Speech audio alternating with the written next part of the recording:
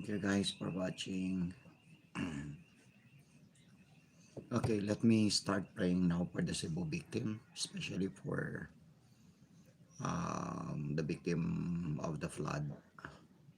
I'll be praying for them.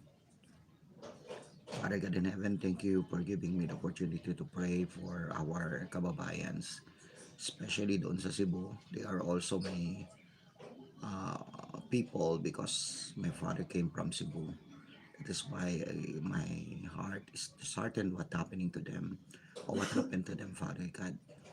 That is why I'm asking for your mercy and grace, especially for those who are victim of flood.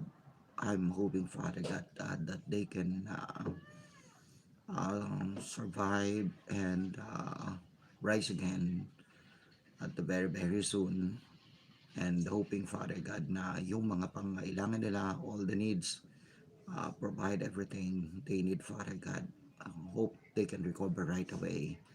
And there will be people who are gonna help them, Father God, sa lahat ng mga pangailangan nila.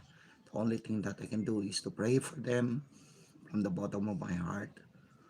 Help them, Father God. And doon sa mga namatayan, comfort them, Father. And doon sa nawalan ng mga kabuhayan, help them, Father God, to rise again and to recover again, Father God. And tulungan mo rin ang aming local government and at the same time ang aming national government to do what is the proper thing to do, Father God, for our